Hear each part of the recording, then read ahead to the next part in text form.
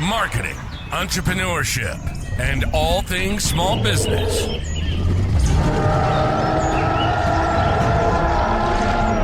You're listening to the Jurassic Marketing's Triceratops. Now, here's your host, Justin Miller. Right, we're wrapping up this year. We're on the downhill. We are. It's holiday season. Still working though. Still working hard. Episodes being churned out almost in record numbers. I know. We've always, since we started the podcast, made kind of a joke out of it, and like in our ads for it, we're like, new episodes weekly when we feel like it. Yeah, see, now that's changed. I mean, it's still when we feel like it, but it seems like we're much more consistent than we were before. It's been pretty much weekly. We'll get to our 100th episode in sometime early first quarter of 2026.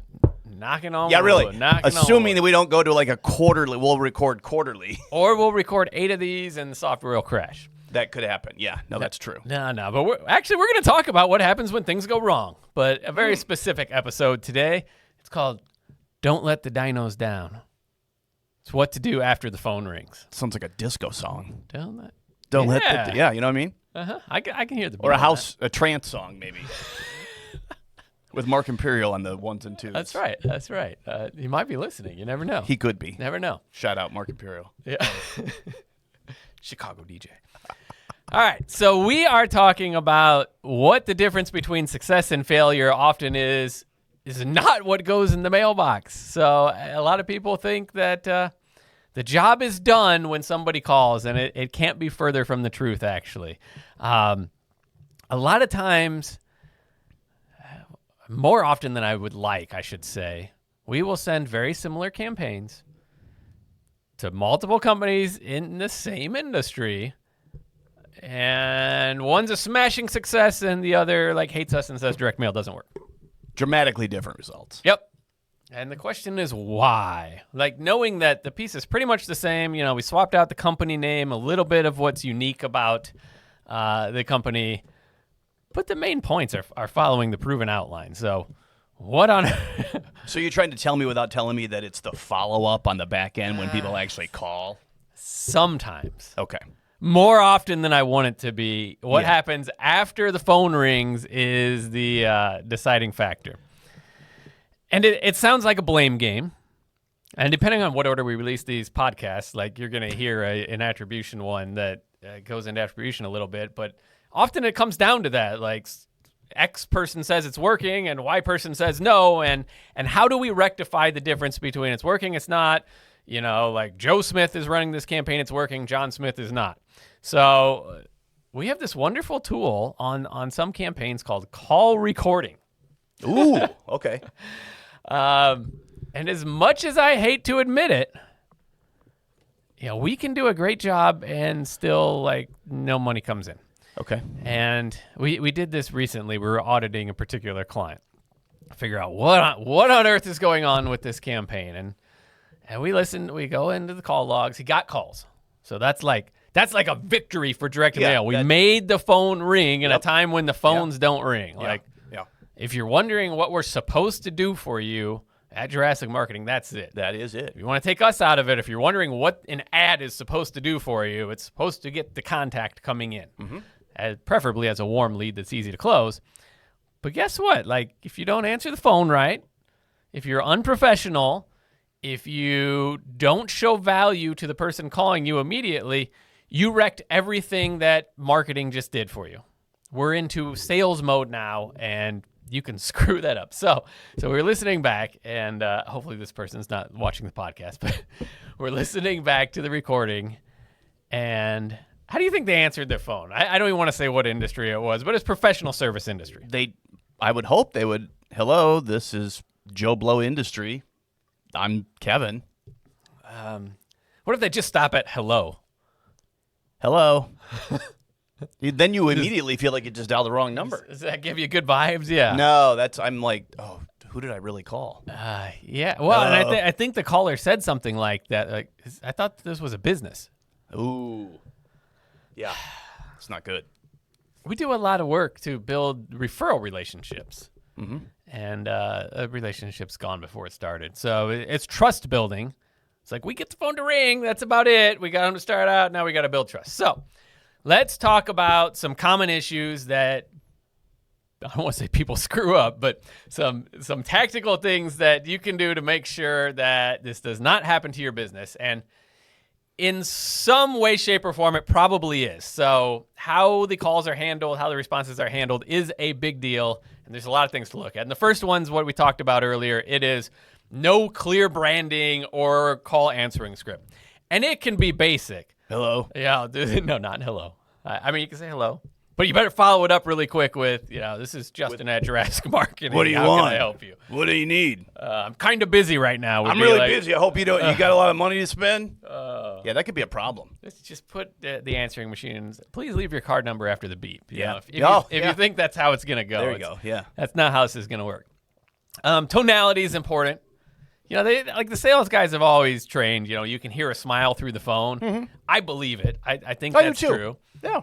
And people don't take that moment to breathe before they pick up the phone. And I don't care if your business line's forwarding to your cell phone. That's okay. Yeah. But respect that that's a business call, and let's take a moment. Let's group ourselves. I think it's probably bad if you answered going down the road on your phone in your car, unless you got a really high-end one. But so no inbound script, no branding on that. We'll call it unfriendly tone. Okay. And probably unprofessional is a better word, but no lead capture process. So let's say we did all that right. Okay. Someone calls in. We answered professionally. We got past that hurdle. We were friendly. And we get them talking. And they're talking about their problem. If we failed to capture that caller's information, we failed on that call. Now, there's like, what's the next step is important. You need to know that when the call comes in. What do you want that marketing call to do when they call in? Let's take tree service companies because they're one we solve as well. Let's say they're calling in looking for an estimate. The goal of the call better be to schedule the estimate. Okay. Right? Yeah. So if we failed at that, we failed the entire campaign and wasted our money up to that point. And you wasted your time on the phone talking to someone if you didn't bother to get that up. Yeah, I would hope the business owner's more upset about the $2, $3, $4 they spent advertising to make the phone ring. You would think. Maybe not. And I guess a lot of people we work with, they might be answering the phone themselves. Some companies are, some aren't. We deal with a variety of size clients. But let's take you personally out of the equation, and let's think if you hired an employee to answer this call, what would you want them to do? Okay. And if you hired an employee to do this, like, first off, you probably should be recording the call. And you got to disclose it. Like, different states have different laws. Let's just err on the side of disclosing the call's recorded. When I call a place and I get this call may be recorded, does that change how I interact with the person? Like, no, not really. I mean, we're so used to it. Yeah, I wouldn't be like, oh, I'm gonna hang up now. Yeah, I think we're used to the surveillance state. Yeah. I'm trying to think how many cameras are in this particular room right here between cell phones. There's probably 12 cameras in this one room right here. Yeah. No one cares. So go ahead and have that disclosure on the call before it's recorded. Actually, if you use our call tracking services, it discloses before it rings to you. And then it also whispers to you when you answer the phone that, this is a Jurassic Marketing lead. So you've been clued in that, I spent money to get this call to ring, like the call whisper told me, and you can answer appropriately at that point.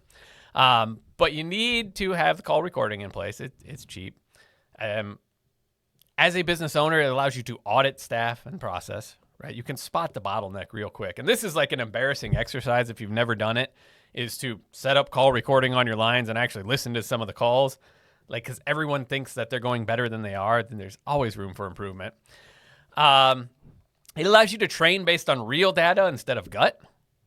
So yeah, my team's doing great. That makes sense. I mean, there's trainers that do this live in Yeah. seminars. Yeah. Who is brave enough to have me call your company and see how it goes? And some idiot raises their hand. And 90% of the time that call is botched. Yeah. It's not what they think it is. So you can train based on real data. Guess what? The compliance probably goes up too. If the staff knows that the call is being recorded and looked that's at. probably true. But I mean, the crux of it is we get to figure out what the issue is. Do we have a marketing problem or do we have a sales problem? Did the direct mail or pay-per-click or SEO lead, is it a bad lead or did we screw up in the sales process? And this is important because it allows the business owner to know where to put resources. It's like whack-a-mole otherwise. I'm throwing money everywhere. Yeah. It's like whack-a-mole with dollar bills. Well, don't you find that there are some businesses, though, that don't even want to acknowledge that there might be a problem? Hopefully not. Wait a minute. I think the bigger problem is if the owner is the problem. Yeah. I would think if they've grown to a team of any scale, they might not want to deal with the problem, but they should probably know where it's at. It's a huge problem, though, when you're getting leads and the marketing's working and you're turning off those people because either the person answering doesn't really know, they're not following a script, it's almost like they're bothered. I want to get back to whatever I was working on before you called. Yeah, well, look, the leads are probably only getting more expensive as time goes on. Yeah. And I don't care which media it is. No. I mean, everything is. And I don't know. I have my business lines forwarded to my cell phone, but mine doesn't whisper to me like your ASMR line does, evidently. There's an incoming call for Jurassic Marketing.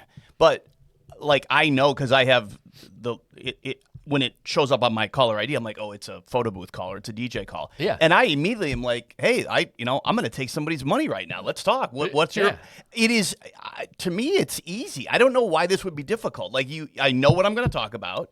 I know where I want to try to lead them. I mean, granted, I sometimes will get a little bit down a rabbit hole with a client, and they're like, "Whoa, you're having a great day. We're just having a conversation about my entire wedding." Yeah, but now I know what you're doing. I know your other vendors, and look, you dug straight into the build rapport, diagnose stage. The error usually happens way before that. I often will get that. Boy, you're going to be easy to work with. Well, I hope so. I mean, but building rapport for me is a lot easier than for some people. It's just. If your solution's painful, business is going to be tough. Yeah. And I don't care what the service is. Yeah, some are more complex than others, but let's try and make the experience enjoyable. None of mine are earth-shattering, but it's if you don't want to have a terrible wedding reception, then let's talk. I mean, that's the new headline. Yeah, the ad headline. I probably ran some that. Honestly, don't want your wedding to suck. I had a headline I never ran in that business that I really wanted to. And it was a follow-up for leads that kind of went cold. Sure. It was the third follow-up piece. And the headline was, "Can this marriage be saved?" Oh, nice. I didn't actually run that. I wanted to test it. I mean, what do we have to lose? At that point, they'd already been through so much marketing and we'd given up on them. So I thought maybe we could get attention with that. And if they had a sense of humor, sure, it might have worked. They might, yeah. So somewhere on a hard drive somewhere you have that. I probably do, still. yeah. That's funny. Because it was kind of an escalating series of letters as they ignored the You disarm the people. When you can be genuine and you care about and I think what you're, back to your original point, if you actually sound like you have your shit together when you're answering the call, they know you're a reputable. They know that you can take care of what they need. Yeah, well, I guess I just blew past the first hurdle of answering the phone. Yeah. This seems to be a problem for some businesses. Answer the phone. I find more and more when I call places that I don't even get to a live person. I have to leave a message. That blows my mind. So that during the workday, I don't want to leave a message unless you're so busy. Yeah, you better have a very unique service. You better be super busy, otherwise I'm going to call someone else. Well, look, I don't know if I told you, I'm having those permanent Christmas lights installed on my house. I've been thinking about it, and I did some outreach. I think the first inquiry I did was a web form for a company. Okay. I think maybe from a Facebook ad. So I originated at a Facebook ad. I filled out a web form, and it was okay, in the web form promised in a couple hours, we'll be able to use Google Maps and give you an approximate price. Okay. You want to know what happened after I filled out the web form? Nothing. Literally. Nope. No outreach. Zero. Nope. That I can't understand that. You don't want my business. I understand. It's probably a busy time of year. No, but then stop running ads. Yeah, exactly. Don't advertise, because I have thought about buying those lights too, because I think they look super cool, but I don't want to put them up myself. Well, you can't. So the ones I want are like the dealer ones. You have to go through an Okay. electrician that's a dealer with territories. You're going all in. Yeah, not the Sam's Club ones. No, yeah. They look all right, but yeah. So the first one, nothing. So then a week or two goes by, and I'm like not as hot to buy this product now, which is a complete like. It's like a buzz. It's frivolous money. It's not something I need. Yeah. Then you're rethinking about whether or not you want to waste that money. And then, TV ad comes on for a different electrical company. Competitor. Yeah. Different electrical company, different product line. There's a few of them, very similar service. I'm like, okay, these guys are running money on TV ads. Surely they got their follow-up crap together. So strike two. Almost. Near miss. Ooh. Okay, so my expectations are low based on the first vendor. Sure. Yeah. So this one, did I have to call in or did I go online? I can't remember if I called in or went online. I think I went online. Filled out the form. It promised very similar follow-up action again. And there was no email within a couple hours. I believe after a few days, I got a call back. A couple days. And it was, let us schedule an in-home estimate. I'm like, well, that doesn't exactly match the marketing, so we got a little mismatch. Okay. But thankfully, your competitor irritated me enough that the bar is low now. Mm-hmm. So, like, if you're in one of those industries where people can't even call back, you gotta you gotta overheard a one. Yeah. So we schedule that, and they come out, and the sales rep does fine. It's the easiest sale he's probably ever had because I already did all the research. I knew about how much it was going to cost. Kind of ask him, I'm like, so why'd you come out? Big enough sale to them that I guess it's probably worth it. Or people don't do their homework, so they don't know what they're getting into, and it's probably a harder sale. Mm-hmm. But so many hurdles, and you know what? If I didn't close or if I got annoyed because it was a 3-day follow-up when it was supposed to be a few hours and they didn't get that sale, what would they say? They would say the TV ad didn't work. Yep. Or the Facebook ad didn't work. Yeah. Or whatever it is. And no, it's because they screwed up the follow-up. I think it's a lost... so many business owners probably don't even think about it until we started talking about it today. You just automatically assume the marketing isn't working. That's the go-to. Like something's not working. Let's change the copy. Yeah, and you can, and the calls may get better or worse. But it's such an interesting twist on it on the back end. People often think, well, it's just going to rain money. It only rains money if you can follow through and actually please the client. I think that. The ads, there's nothing fancy about them. And a lot of the ads we run here, there's nothing fancy about them. It's to get the phone call, just to take that next step. Their TV ad didn't sell me on, like, buying the lights, all right? Yeah. That's I suppose the rep may have been prepared to have to do that. Like, there's a whole spiel. We got a 10-year warranty, and, I'm factoring how many times up and down the damn ladder over 10 years. Mm-hmm. Like, I already did all that. Yeah. I was a lay down sale. They just had to. You're already planning on like what color combination you're going to do for Valentine's Day. Yeah, and just St. Patrick's short of Day. downloading the app. Yeah, right? you're like ready to start designing colors for the holidays. I had like an upper limit that if this quotes this much, it's outside of the realm of what we're going to do because that's not in line with my research. Yep. And then I'd be forced to call another one or give up. But yeah, I mean it's all in what happens after the lead is generated. Yeah. There is so much money in the leads that have been generated, even internally. We had this conversation with our sales team.